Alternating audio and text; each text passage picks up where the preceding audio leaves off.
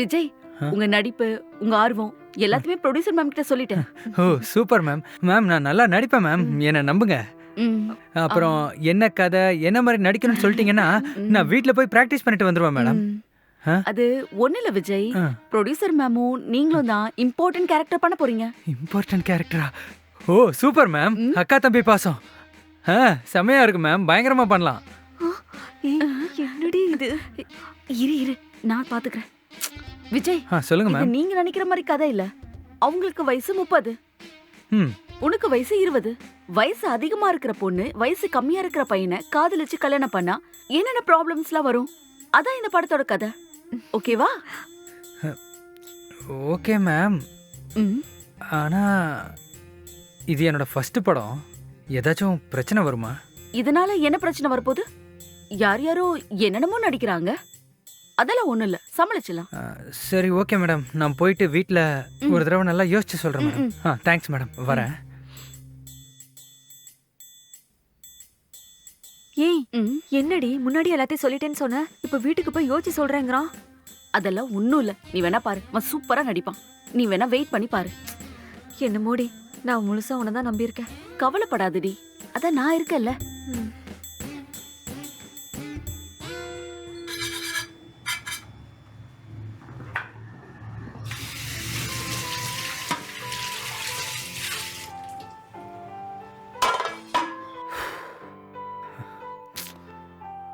அந்த மேடம் சொன்னதுக்கு என்ன பண்ணுறது? ஷூட்டுக்கு போகலாமா இல்லை வேணாமா? இதான் நம்மளுக்கு ஃபர்ஸ்ட் படம் வேற.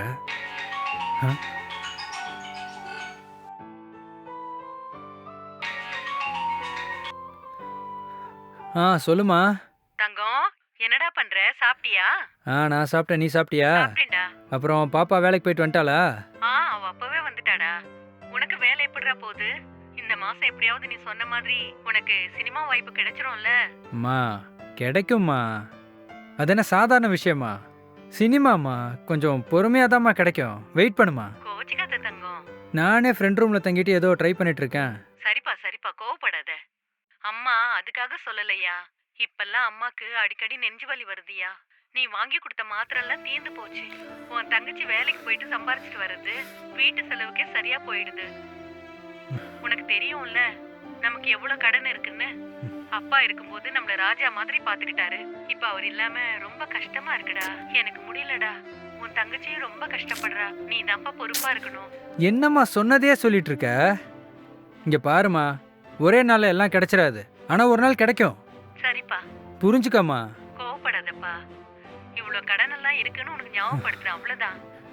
சரிம்மா நடக்கும். நான் கொஞ்சம் கொஞ்சமாக அடைச்சிட்றேன். ஒன்றும் பிரச்சனை இல்லை. இன்னைக்கு காலையில் கூட ஒரு ஆடிஷன் போயிட்டு வந்தேன். சரிப்பா மாத்திரை வாங்க கூட என்கிட்ட காசு இல்ல. அதனாலதான் கொஞ்சம் காசு இருந்தா அனுப்பி விடுப்பா. சுத்தமா முடியல. நைட்டு தூங்கும் போதெல்லாம் நெஞ்சு வலிக்குதுயா. படபடன்னு வருது. மாத்திரை போட்டாதான் சரியாகுது. கொஞ்சம் காசு இருந்தா அனுப்பி வைப்பா. சரிம்மா, என்கிட்ட இருக்கான்னு பார்க்குறேன். சரிப்பா. நான் ஏதோ பார்க்குறேன், இருக்கான்னு பார்க்குறேன். ஓகேவா? சரி, நீ ஃபோனை வை. புலம்பாத. இதுக்காகலாம் ஒன்றும் கவலைப்பட்டுட்டு இருக்காத. எல்லாம் நடக்கும் ஒரு நாள். சரிப்பா.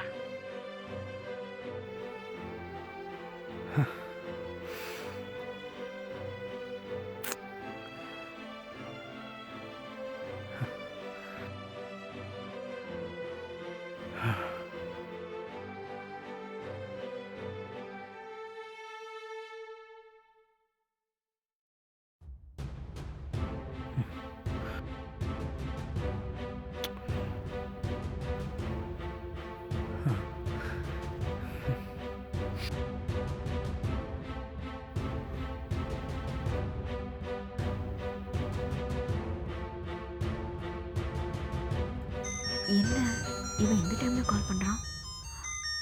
என்னவா இருக்கும்? Hello hello ma'am. Ma'am Nithya ma'am producer தானே மேம்? நான் விஜய் பேசுகிறேன் மேம். சொல்லுப்பா. இன்னைக்கு ஈவினிங் மீட் பண்ணலாமா மேம்? உங்ககிட்ட கொஞ்சம் பேசணும். வரலாமா மேம்? ஓகே வா. Okay ma'am. Thank you ma'am.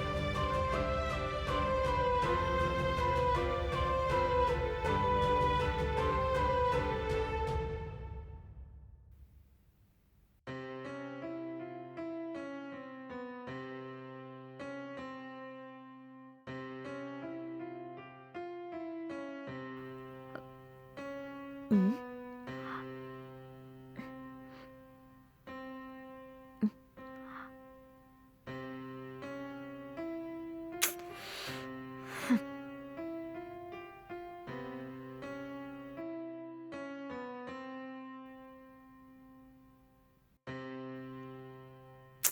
ஐயோ கனகாம்மா, எத்தனை தடவை சொல்லியிருக்கேன் காஃபில கொஞ்சம் சுகர் ஜாஸ்தியா போடுங்கன்னு. ரொம்ப கம்மியா இருக்கு. நானே எப்போ வாச்சும் தான் காஃபி குடிக்கிறேன், அதுவும் இப்படி இருக்கு. சரி ஓகே.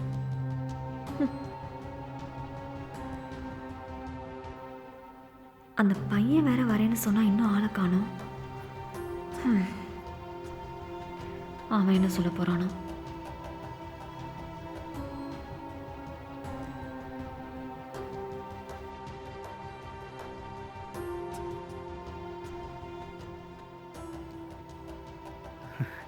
Hi ma'am. உட்கார். ம். என்ன சடனா பார்க்கணும்னு அவசரமா வந்திருக்க? அது நீங்கள் எப்படி சொல்கிறீங்களோ நான் அப்படியே நடிக்கிறேன் மேடம். ஆஹா, ரேவதி சொன்ன மாதிரி ஆடு தானா வந்து தலையை கொடுக்குது. சரி, எப்படியோ நம்ம ப்ராப்ளம் சால்வ் ஆனா போதும்.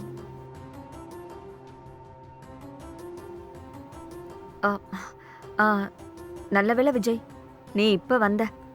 இல்லைன்னா நாளைக்கே ஒரு பையனை பார்த்து அட்வான்ஸ் கொடுக்கலான்னு நினச்சேன். ஐயோ மேம், அப்படிலாம் பண்ணிடாதீங்க மேம். ம். நான் நல்லா நடிப்பேன் மேம். இப்போ நம்ம ரிஹர்சல் பண்ண போகிறோம்ல, அதில் கூட பாருங்களேன், விஜய் நீ நல்லா நடிக்கிறடான்னு நீங்களே உங்கள் வாயால் சொல்லுவீங்க. ம். அந்தளவுக்கு நான் நல்லா நடிப்பேன் ma'am. Okay Vijay, please ma'am. Okay okay. ம். நான் சொல்றத கேட்டு நீ அப்படியே நல்லா நடிச்சிட்டேன்னா ம். உனக்கு வாழ்க்கையும் இருக்கு, சம்பளமும் இருக்கு. அப்புறம் ரேவதி கிட்ட சொல்லி அவ படத்துல உன்னை ஹீரோவாவும் போட சொல்லிடுவேன். Okay ma'am. இந்த ரிகர்சல்ல தான் நீ நல்லா நடிக்கிறியா இல்லையான்னு நான் கண்டுபிடிப்பேன். ஓகே மேம், நான் நல்லா நடிப்பேன் ஓகே, மேம். இங்க பாரு, இது சாதாரண விஷயம் கிடையாது. நீ அப்படியே ரியலா நடிக்கணும். உன் ம். கூட நடிக்கிற என் அப்பா கேரக்டரும் சரி, அந்த வேலைக்காரி கேரக்டரும் சரி, அவ்வளோ ரியலிஸ்டிக்கா நடிப்பாங்க. ம்.